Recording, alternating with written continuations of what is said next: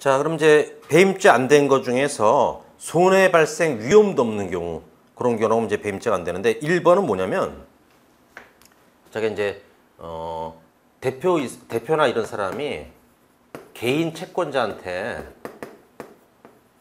지가 돈 빌리면서 차용증을 써준 거예요. 그 다음에 이제 뭐 금액 얼마를 언제까지 갚겠습니다 하면서 이제 자기 이름, 채무자 이름, 그리고 그 다음에 거기다 도장을 자기 걸 찍겠죠?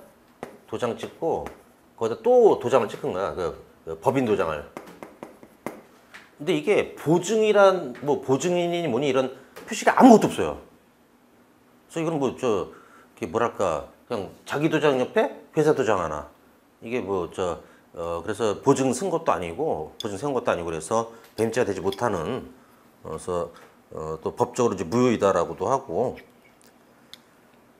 그다음에 2번이 이제 우리 채용 시험에 나왔었던 부분인데 일반 경쟁 입찰에 의해서 체결해야 할 공사도급 계약을 그러니까 이제 국가가 이제 만약에 5천만 원이든 뭐 일정 금액 이상의 어떤 공사를 줄 때는 헌법상 평등의 원칙 때문에 국민들한테 평등한 기회를 줘야 되는 거기 때문에 경쟁시켜야 되거든요. 근데 그걸 1대1 계약이 수의 계약 아닙니까? 그렇게 했을 때는 이제 내부 규정 위반 그런 이제 제재를 받을 거긴 한데 근데 그 입찰로 하더라도 예상되는 공사 대금의 범위를 벗어난 것이 아니다라고. 그러니까 이제 금액은 거의 똑같다 이거예요. 그때는 국가가 이제 그 손해 위험 이런 것도 없으니까 따라서 이제 무죄가 됐던 사례고. 3번은 너무 짧게 내가지고 좀 틀린 분들이 있는데 저기 본사가 있고 그 가맹점이나 어떤 거래처들이 있을 거 아니에요. 체인점들. 거기에 돈 받을 게 있는데 그 전산에서 그 돈 받을 채권들을 삭제해버린 거야. 뱀지 될 것 같죠? 근데 안 됐는데 이유는 뭐냐면 두 가지인데 전산 복구가 가능했고 두 번째는 여기 더 중요한데 이제 오프라인에 외상 장부책이 있어요.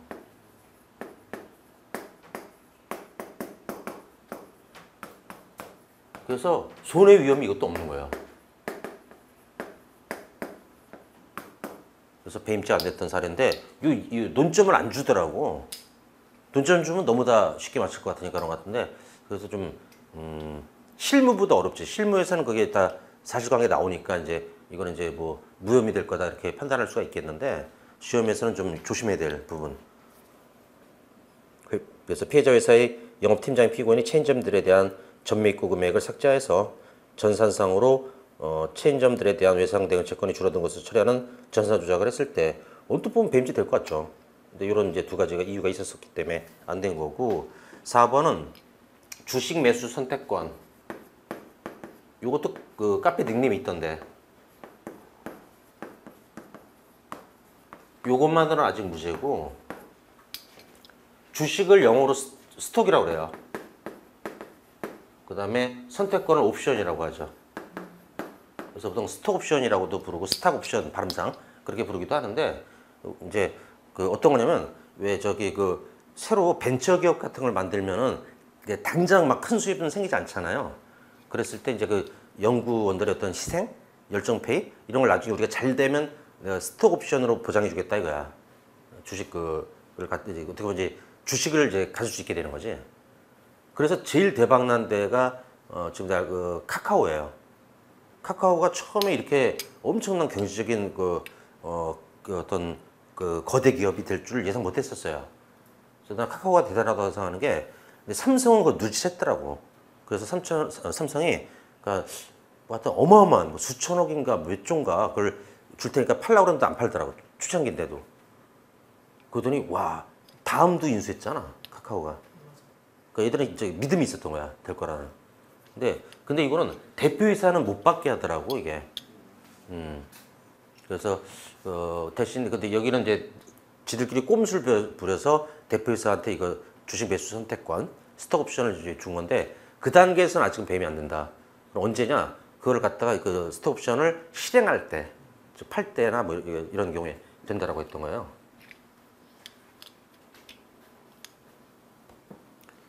다음에 5번은 이제 이것도 뭐 흔한 건데 신규 대출한 것처럼 서류상 정리했지만 실제로 대출 안 했다. 그게 이제 아까 같은 시중 분량 안 만들고 기회를 주는 거 있었지? 같은 내용이에요, 거의. 취지가 똑같아요. 그 이제 나온 판례 사건은 다른 건데 논점은 똑같아요. 그다음에 자기 또는 제3자의 이익 취득 없는 경우는 우리 아까 얘기했는데 SH공사 기억나지? 연체료. 두 번째는 그 왜 덤핑 판매했던 영업사원 있잖아. 근데 거래처 끊길까봐 그때도 이제 그 거래처는 이익 본 게 없지. 딴 데서도 90만 원에 살 수 있었으니까. 그다음에 기타 배임죄 부정사례에서는 동업자의 1인이 자금만 투자하고 다른 동업자가 노무와 설비를 그러니까 이제 일은 자기가 하는구나. 한 사람 돈 대고 자기는 설비 투자하고 일하고 그렇게 해서 이제 공사를 수급해서 공사를 어디서 땄구나. 시공하고 대금 등을 추심하는 등 받는 등 일체의 거래 행위를 담당하면서 이익을 나누어 갖기로 하는 동업계약이 체결됐다가 그 계약이 종료된 경우에 그래서 그러면 이제 그 절도죄에서 그 얘기도 했죠. 생각농사 기억나니? 동업관계가 이제 그 탈퇴하면은 남은 사람께 된다. 그것도 한번 떠오르는 부분인데 종료된 경우 위 공사 시공 등 일체 행위를 담당했던 동업자가 자금만 투자한 동업자에게 투자 금원을 반환하고 이익 또는 손해를 부담시키는 내용의 정산 의무나 그런 것은 이제 타인 사무라고 볼 수가 없다. 그래서 피고인이 위 채권 양도 행위를 배임죄에 있어서 타인 사무를 처리하는 자로서 임무 위배라고 볼 수도 없다라고 하고 있습니다. 동업관계에서 탈퇴한 사람한테 이제 투자금만 주는 거, 그건 이제 역시 이제 민사로 가야죠. 또.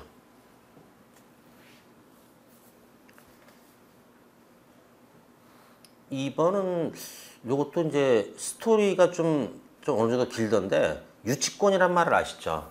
저기 이제 왜 부동산에 건설이나 이런 걸 하면서 받을 돈이 있는데 그쪽에서 안 주면은 그걸 아예 현수막이나 아니면 펜스까지 쳐버리는 경우도 있고 못 들어가게. 그럼 들어가면 안 돼. 그런 이제 상황인데 유치권자로부터 점유를 위탁받아. 그러니까 유치권자가 있고 얘는 돈 받을 사람이지.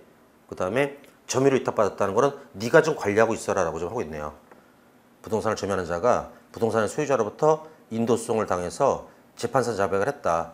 근데 얘는 지가 자백해봐야 유치권자는 그거 안 뺏겨요. 네. 그 유치권자한테 소송해야 되는 건데 따라서 이거는 이제 어떤 유치권에 영향을 미치는 것이 아니기 때문에 배임죄가 안 된다는 사례.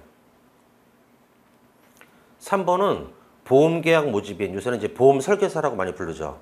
그분이 이제 자기가 계약을 체결해서 왔는데 그 윗사람이 그러니까 상관, 상사, 그러니까 이제 해약하고 와라 이거 좀 위험할 것 같다, 라고 이제 했어요. 근데 그 보험 가입한 사람이 해약당할 사유가 없어. 그게 뭐냐면 혹시 저기 그 보험 가입돼 있는 거 있니? 뭐 실손이나 뭐 다 있어? 생명보험까지? 설계사. 생명보험도 들었겠네.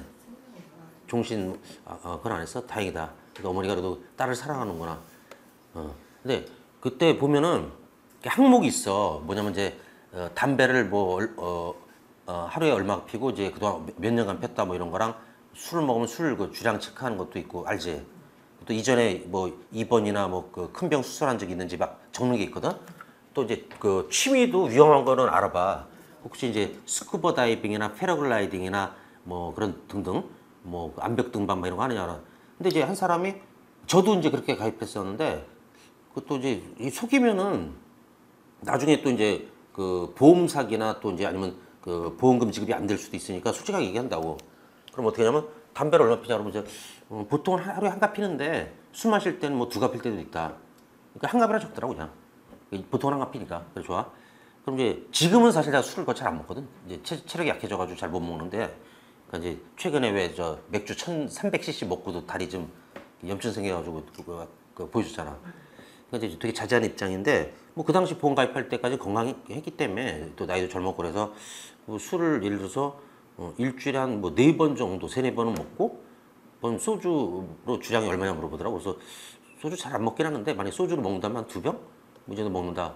근데 그러고 또 취미 중에 물어보더라고. 스쿠버 다이빙. 근데 그때는 스쿠버 다이빙 했어. 얘기하니까 어떻게 하냐면 보험료가 올라가.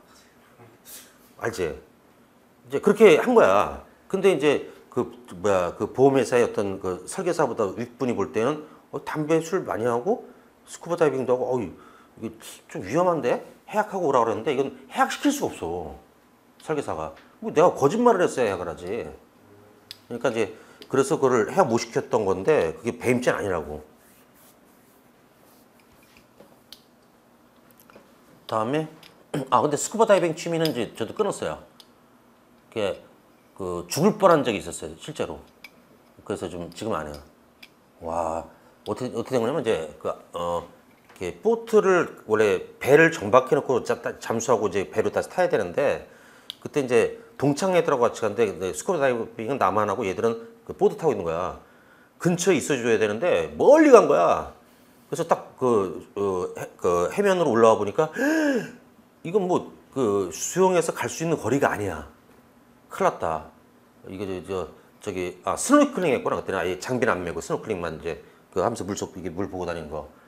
근데 이게 힘이 빠지잖아. 일정 시간 지나면.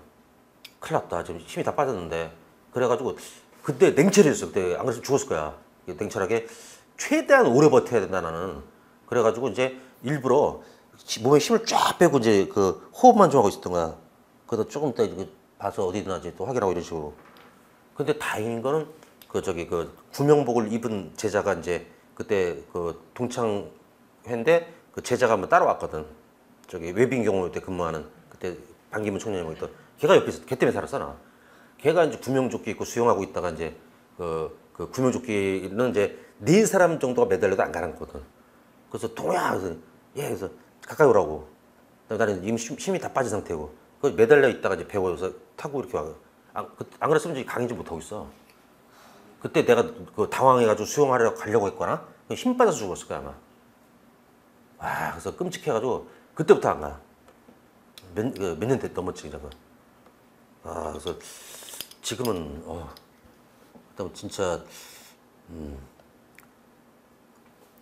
또 익사하는 것도 얼마나 고통스럽겠어 그것이.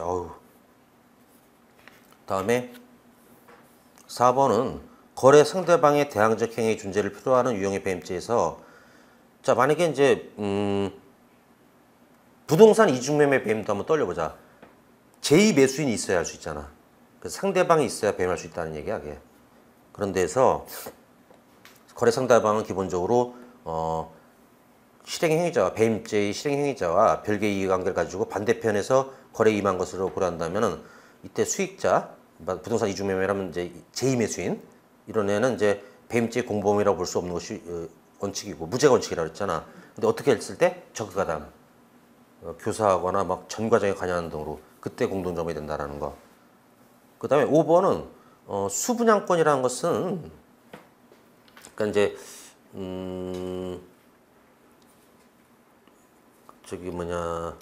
이게 쉽게 얘기해서 이게 강제집행 멘탈에도 나오는데 미리 좀 알았으면 좋겠어.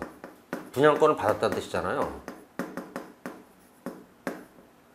이 분양권 상태일 때는 보통 이제 아파트를 이제 그 분양권을 받았다라고 하면 이제 아파트가 실제하지 않아요.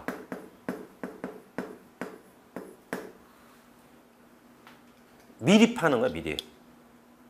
그래서 왜 가끔 보면 왜 길거리에서도 우리 어린 최연소도 광고지 본 적 있을 거야.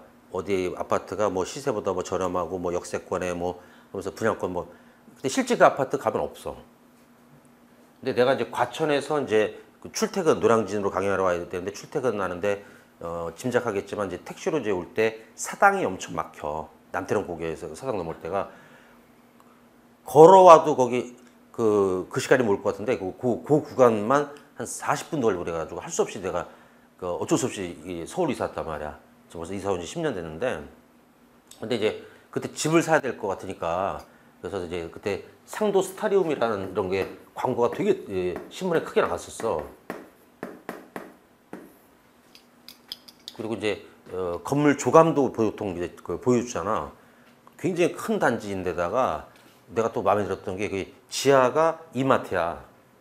그리고 이제 아파트 단지 가운데 풀장이 있어. 내가 또 여름에 우리 더위 많이 탄 사람들도 또 내가 물을 좋아할 거 아니냐. 해병대고 뭐 이제 사실 바다 좋아서 해병대도 갔던 건데 너무 마음에 드는 거야. 그래서 이제 갔어. 여기를 이제 전화 걸고 가가지고 그래서 분양권을 먼저 그냥 계약이나 가계약을 하자고 그러자고 하더라고. 그래서 뭐 예를 들어서 200만 원인가 걸라고 그러는데 저는 이제 좀 더 걸어도 되냐고. 나는 확실히 이거 사고 싶다. 왜냐면 이제 그 층수도 그러니까 38층에서 한 35층 정도를 주겠다는 거야. 로얄층이거든, 여기가. 그 정도가.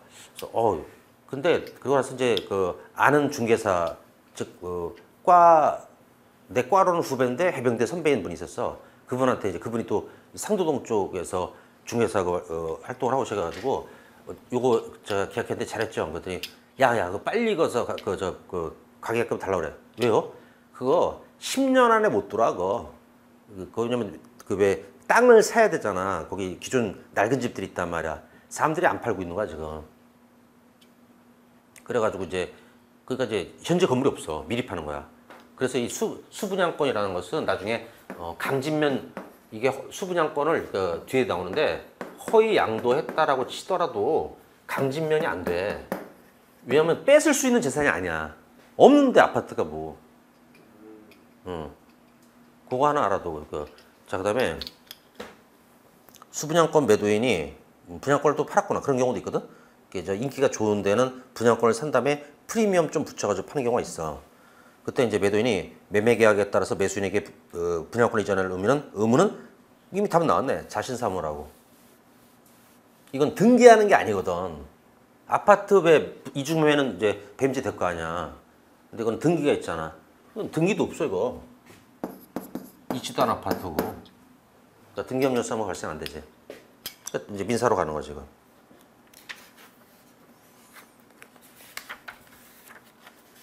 다음에 10번의 배임죄의 죄수관계도 먼저 보자.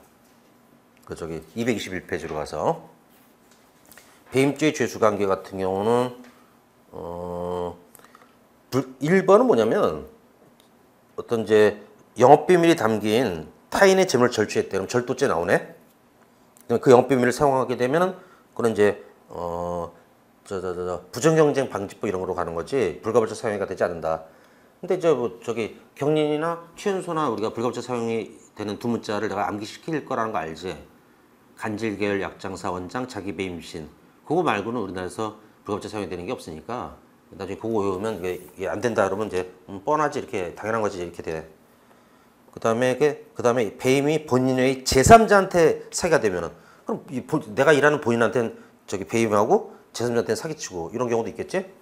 그때는 양쪽에 따로따로 했을 테니까 실경이 되는 거고. 그 스토리가 이제 다음에 나오네. 넘어가면은 건물 관리인이 건물주로부터 월세 계약 체결 업무를 위임받고 관리인이 건물주로부터 월세 계약 좀 하고 오쇼. 그랬더니 임차인들을 속여서 전세 계약을 체결하고 자 전세 계약 체결하는 그 순간에 뭐가 될 것 같아? 배임죄가 돼요. 끊고 체결하고. 왜냐면 위헌범이잖아. 배임죄는. 체결한 순간 바로 되거든. 근데 편취했다는 말이 나오지? 그쪽은 뭐겠어 이제? 그치? 그러니까 두 개행이야 이거. 그래서 실경이 된다라고.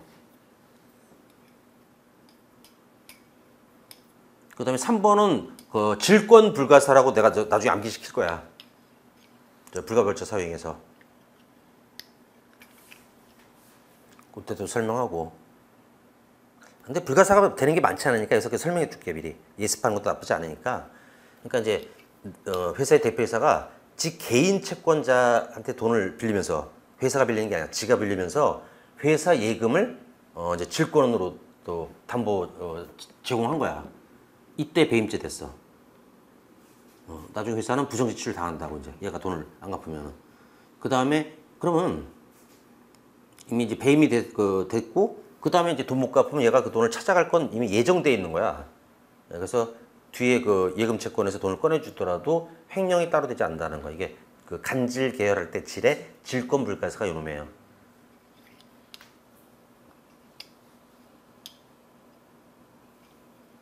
(4번은) 이제 불가사 안 되는 거니까 그때 이제 되는 것만 외우고 있으면 이거 끝나고.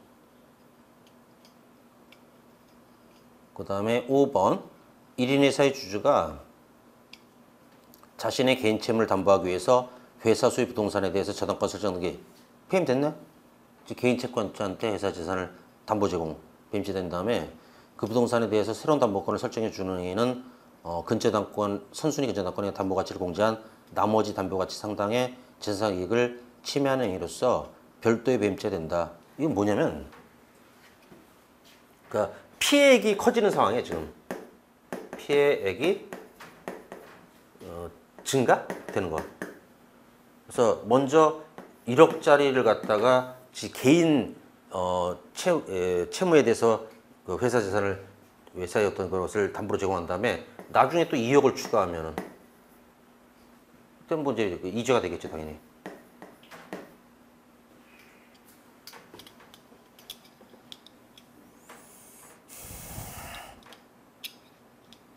다음에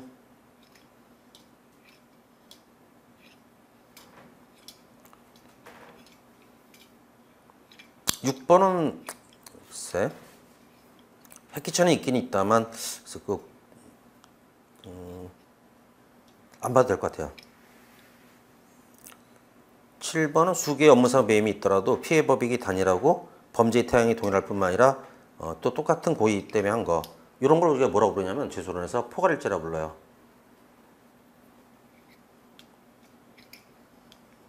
그 다음에 8번은 한 개 행위로 사기랑 배임을 같이 할 수도 있어. 그게 어떤 거냐면, 그러니까 금융기관의 어떤 이제 그 장이, 거의 대표, 좀 지점장 이런 사람이, 그러니까 이제 저기 뭐야, 그 대출 담당 직원을 기망해서 대출 받은 거야. 그럼 기망 대출 사기 있잖아. 회사 배신한 것도 맞잖아. 그때는 이제 업무상 배임하고 사기에 상경이 될 수 있다라는 거. 자, 그럼 요 뒤에는 배임 수중죄자랑 배임죄랑 달라요. 앞으로 다시 가가지고.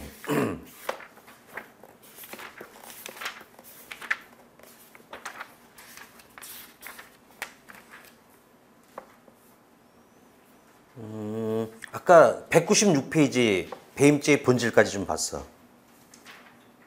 그 아래 196페이지.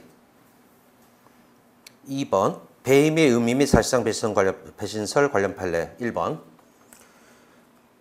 타인의 사물을 철회한 자가 배임의 범위 고의로 임무위배 행위를 한다는 점과 이로 인해서 자기 또는 제3자가 이익 취득해서 본인에게 손해를 간다는 점의 인식이나 의사를 가지고 임무위배 행위를 개시한 때 실행 착수한 것이고, 이건 어렵지 않지. 고의로 배임 행위를 시작했을 때 실행 착수고, 그 다음에 이러한 행위로 인하여 자기 또는 제3자가 이익을 취득하여 본인에게 손해를 가한 때 기수에 이른다. 손해를 가한 때라고 하지만 엄밀히 말하면 위험만 줘도 돼. 그 위에다 좀 써놔. 가한 때도 되고 손해 위험 야기도 되고. 팔은 위험으로 보니까.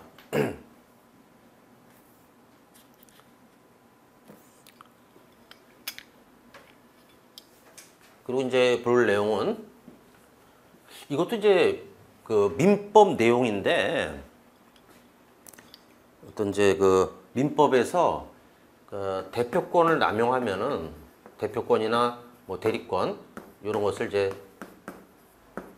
남용하면은 그때 어떻게 되냐면 원칙은 유효해.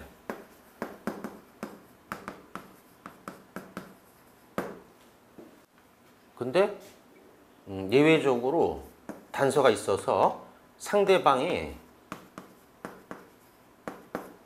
알았거나 저놈이 대표권 남용하는 걸 알았거나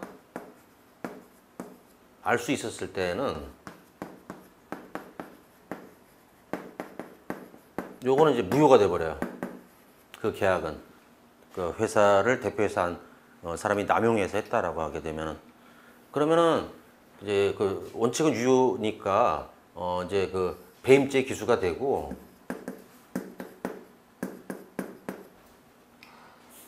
그러니까 이 얘기는 상대방이 몰랐다는 얘기야, 사실 이거는. 상대방이. 근데 상대방이 알았거나 알 수 있었을 때는 이제 무효로 되니까, 그러니까 배임 행위는 했는데 결국은 이제 회사의 손해는 못 주거든. 이게 그 상대방이 알았을 때 무효라고 해버렸으니까. 이때는 이제 배임 기수가 되고. 이 논점 하나 알아두고, 그러니까 이걸 다 읽기 싫으면 이걸 써. 이것만 잘 알고 있어도 그 독해 돼. 그 다음에 또 하나 사례는 대표권 남용으로 어음을 회사 명의로 어음 발행했어.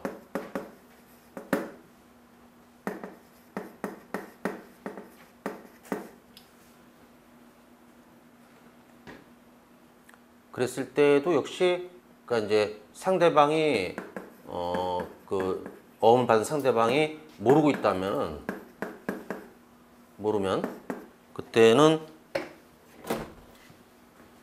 배임 기수가 될 것이고 이거랑 비슷하지? 왼쪽 거랑. 근데 상대방이 알았거나 알거나 알 수 있었을 그때는 무효니까 역시 배임 미수로.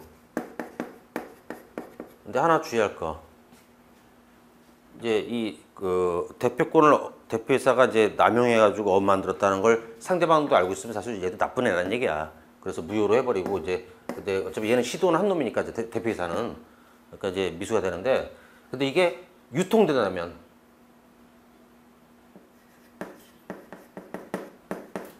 유통됐다는 얘기는 이 상대방, 그러니까 이제 대표이사가 회사 명의로 대표권을 악용해서, 즉 남용해서 줬는데 알고 있으면 얘한테는 돈을 안 줘도 돼.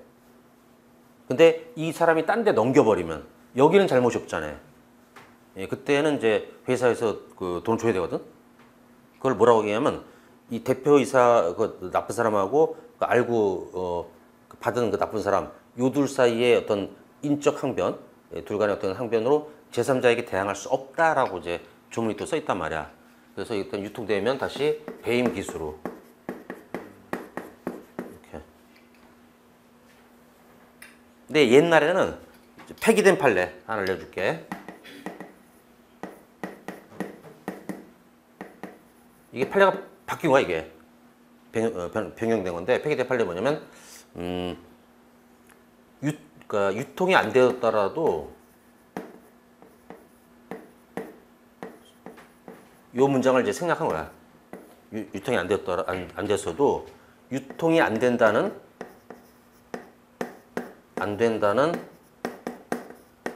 특별한 사정이 없는 한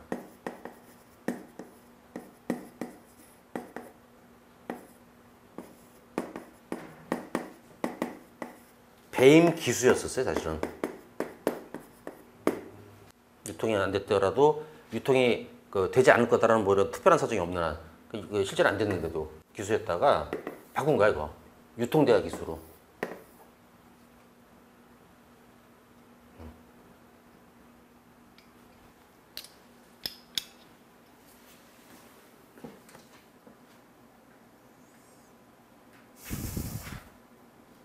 그게 지금 1번 판례 되게 길지. 그걸 갖다 이제 쭉 모아서 간단하게 정리하면 이렇게 돼.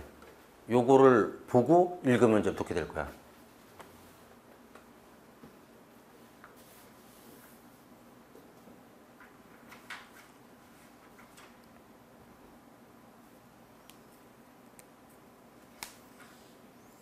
이 2번 판례.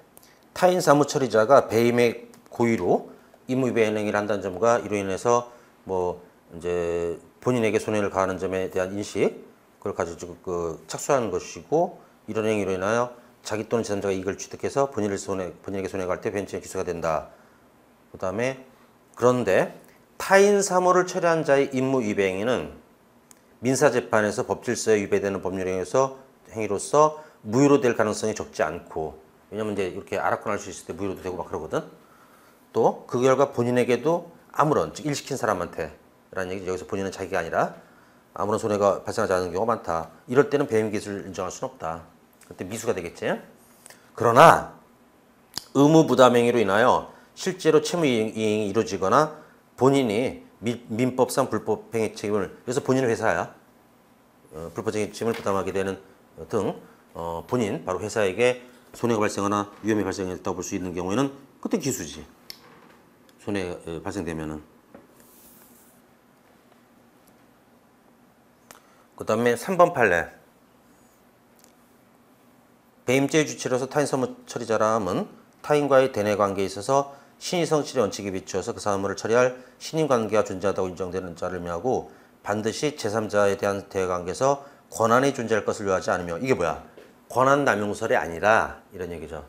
우리 법적 권한 남용설이 아니라 사실상 배신설이잖아. 그 다음에 법적인 권한이 소멸된 이후에도 아직 사물을 처리하고 있거나 사무 인계 전에 사물을 처리한 경우도 타인 사무자가 돼요. 이제 그 스토리는 그거 나올 거야. 왜 어떤 조합장이 잘리고 나서 민사소장 날라온 걸 숨긴 적 있잖아. 인계는 아직 안 하고 그때 배임죄 되는 그 사실관계에서 좀 그 스토리에서 좀 나오는 논점이야 지금 이게. 그래서 보면은 배임죄에 있어서 그 임무유입에 되는 행위라면 처리하는 사무의 내용, 성질 등 구체적 상황에 비춰 법률에 규정 계약의 내용 혹은 신의칙상 즉 상식상 당연히 할 것으로 기대된 행위를 하지 않거나 하지 않아야 될 것으로 기대된 행위를 함으로써 부작위 자기 얘기하는 거죠. 부작위하거나 자기하거나 신관계를 저버리는 일체의 행위고 그 다음에 손해를 가한 때라 함은 현실적인 손해를 가한 경우뿐만 아니라 구체적인 위험, 배구경 기억나? 배임죄에서 그 위험, 손해라는 것은 구체적 위험이 있어야 되고 그 다음에 법률적 판단에 경제적 관점에서 판단해 배구경, 경제적 관점 그 얘기 나오고 있어 지금. 따라서 법률적 판단으로 배임 행위가 무효라고 하더라도 경제적 관점에서 파악하여 손해를 초래한 경우에는 배임죄가 될 수 있다. 그리고 이제 아까 주택조합장 뭐 잘린 얘기가 나와. 그 소장 부분 숨기는 얘기. 다시 말해서 이거는 사실상 배신설을 좀 설명하고 있어. 그리고 여기서 논점 중에 배구경, 구체적 그 위험, 그 다음에 막연 위험은 안 되고, 그 다음에 이제 그 경제적 관점에서 판단하라고. 사업성 무효라도 배임죄 될 수 있다라고. 왜 사업성 무효라는 얘기가 나오냐면 얘는 사실은 법적으로는 권한이 없잖아. 잘린 애니까. 그래도 된다는 얘기야. 경제적 관점에서 손해 위험이 있다라고. 4번도 아까 얘기했어. 왜 되게 좀 관대한 엄마, 실제 엄마가 친모가 아닌데 남편이 혼외자를 들여온 거를 호적상으로 이제 침몰했던 친모로 이제 등재된 자가 상속 포기시킨 거 배임죄 됐고. 5번은 아까도 나왔던 것 같다. 그래서 배임죄에서 손해액을 꼭 산정할 필요 있어 없어? 없어. 단 산정을 안 해도 되는데 괜히 산정했다 틀리면 위법이고 또 어디에서는 해? 특경가법에서는 이제 그 금액별로 이제 그 형량이 정해져 있기 때문에 그때는 해야 되고 아예. 다음에 6번은 그 색깔 있는 시 봐봐. 본인에게 손해가 발생할 막연한 위험이 있는 것은 부족하고 경제적 관점에서 위험이 있어야 되는데 그래서 아까 그 얘기했지. 그러니까 우리 회사를 다른 두 사람이 예를 들어서 외상거래 하는데 보증 세웠는데 외상거래가 없었던 거야. 그때 배임 된다 안 된다? 안 된다. 그거는 구체적 위험이 없다라고. 그거 이 얘기가 나와. 그래서 물품 대금 채무에 대해서 이제 뭐 채무 자체가 발생하지 않은 이상 이런 얘기가 나오지.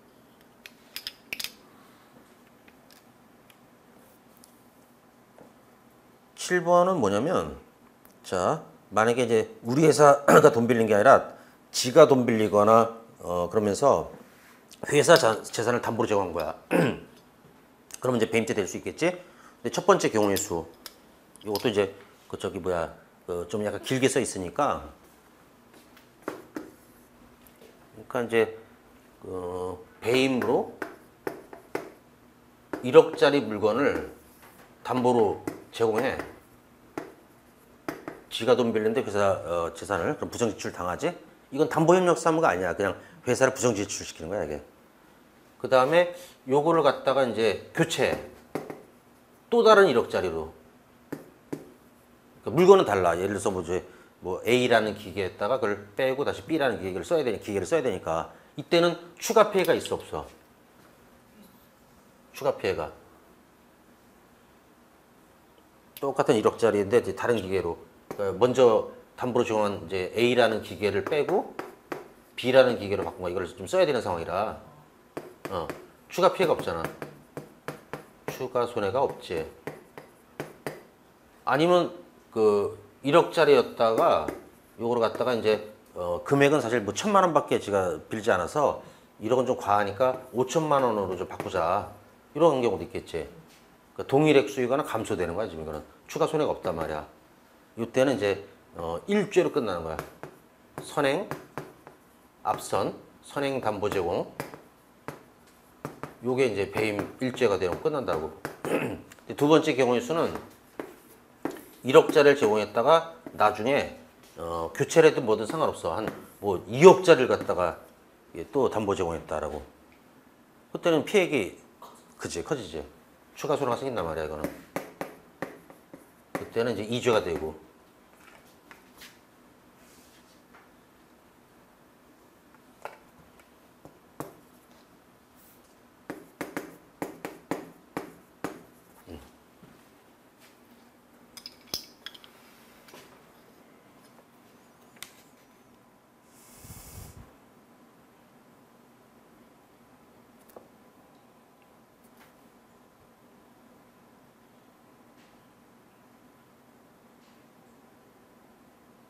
그래서 꺾기가로 2번에 보면은 100지엄 줬다가 나중에 다른 어음으로 바꿨는데 액수가 똑같아.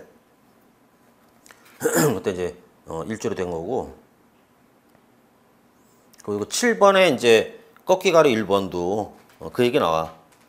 음성변이점에서 타인사무처리자의 임무위배행위는 민사재판에서 무효로 될 가능성이 적지 않고 앞에서도 비슷한 표현이 있었지. 그걸과 본인 타인에게도 회사나 이런 게도 손해가 발생하지 않는 경우가 많다. 그때 이때는 이제 어떨 때 배임이 될 수 있냐, 기수가 될 수 있냐, 실제로 채무 이행이 이루어졌는지, 그럼 이제 회사가 돈을 줬다는 얘기야. 배임되고, 아니면 본인, 여기서 회사가 사용자 책임을 지게 되거나, 사용자 책임은 이제 그 민사에 있는 개념인데 직원이 잘못했을 때 회사가 변상해야 되는 경우가 있어. 선임 감독성 과실이 있거나 이럴 때는. 그럴 때는 이제 손해가 있잖아. 경제적으로. 그걸 판단해야 한다. 그 다음에 꺾기가로 2번. 사료 판매사인 갑회사의 영업사원인 피고인 을에게 배업 사료를 공급하면서 갑회사의 내부 결제를 거치지 않고 장려금 등 명목으로 임의로 단가를 조정하거나 대금을 할인해 줌으로써 을에게 이익을 취득하게 하고 회사는 손해를 줬거나 그게 저 뭐냐 단가를 좀 싸게 줬네.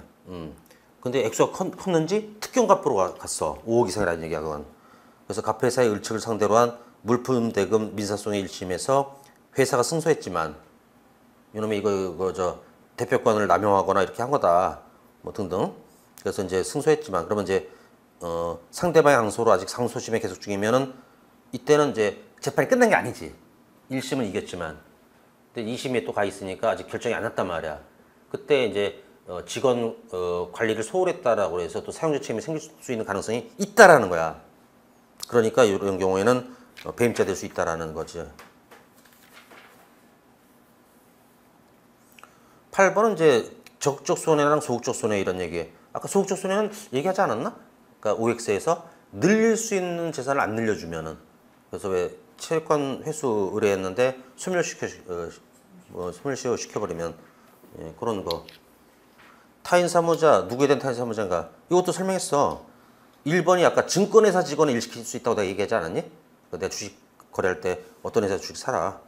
그래서 이제 그 증권회사 직원이 무단으로 투자해버리면 배임죄 되는데 2번은 그 은행 직원이 예금주한테는 무단 인출하더라도 안 된다 그랬지. 그 3번이 그 에버랜드 사건이요.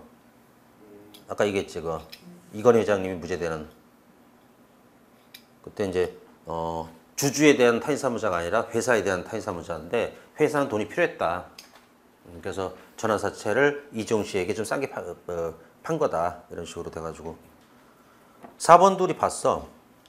청산회사 아까 왜 청산인 회사를 위한 거지 채권자들이라는 거 아니라는 얘기지. 5번은 갑택시회사 노동조합 분회장이자 전국택시 노동조합 연맹 지역본부 교섭위원인 피고인이 직책이 졸라 길어. 나는 우리 판례 보면서 이렇게 직책이 긴 건 처음 봤어. 그래서 기억하기 좋아. 잠깐만 나도 봐. 근데 이 사람이 사용자 단체인 지역택시조합과 노사교섭을 담당하면서 근로자인 운전기사 과반수 동의 없이 운송사업자에 대한 자 노조 쪽이면은 그러니까 이제 이게 좀 그 근로자 편을 들어야 될 거 아니냐. 근데 지금 회사한테 유리한 좀 결정을 하고 있대. 그래서 언뜻 보면 배임죄가 될 것 같지만 근데 안 됐는데 왜 안 됐냐면 그 다음 파란 글씨 봐봐. 피고인이 지역본부 교섭위원으로서 한 합의 체결은 지역본부의 사무이고 조합원들에 대한 사무가 아니었다라고 이렇게 해서 타인 사무자의 지위에서 뺀 거야. 그래서 이제 배임죄가 적용되는데 이거 나오면 절대 틀리지 않을 수 있어. 택시 긴 새끼 무죄라고 기억하면 돼. 맞잖아. 택시 나오면서 이렇게 긴 거 본 적 없지. 근데 무죄란 말이야. 그리고 타인 사무자 아니라고. 요게 요령이야. 하나라도 좀 이렇게 좀 간단하게 처리해서 기억할 수 있는 게 좀 있어야 좀 편하잖아 우리가. 6번은 앞에서도 나왔다. 보조기간도 배임죄 된다는 거 기억나? 그 얘기 좀 나왔고 물론 스토리는 다른 거지만은 그리고 그 파란 글씨도 봐. 본인 즉 회사를 이익을 위한다는 의사는 부수적 조금이고 그 이득 또는 가해 의사가 주된 것임이 판명됐다면은 배임죄 고의가 있는 거지. 회사를 위한 생각은 요만큼 나머지는 자기나 제3자 아니면 회사한테 손해주겠다 이런 생각이라는 거니까. 7번도 최근 판례라 중요하다. 스토리를 먼저 봐야 돼. 그 끝에 7번 판례 끝에 지입회사의 대표이사가 지입차주의 동의 없이 지입 차량인 버스에 대해서 임의로 저당권 설정하고 대출받았다. 이때 이제 대표이사는 배임죄가 되었다라는 사례. 희한한 건 뭐냐면 요게 아니 평범한 거 아니야. 봐봐. 지입회사가 있지. 그리고 여기 이제 지입회사도 운영자. 회사를 운영하는 이제 뭐 택시 회사나 아니면 화물차 회사 이런 데서 운영자가 또 있을 거 아니야. CEO가. 그다음에 지입차주가 있고. 근데 사실 이 차량은 누구 소유라고 그랬냐?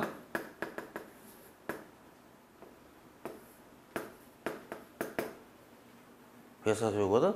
근데 이 운영자가 지금 지입차주의 동의 없이 지입차량 버스를 갖다가 저당권 설정하고 대출받은 거. 그것도 이제 배임죄가 된다고 한 거니까.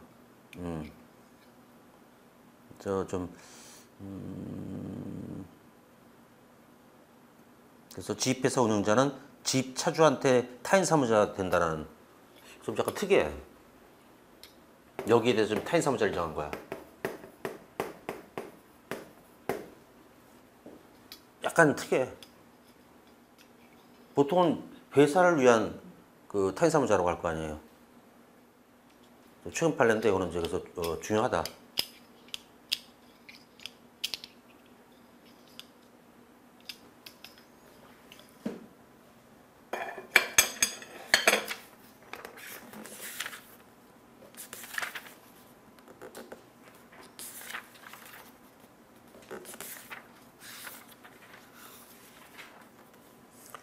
자, 그럼 203페이지.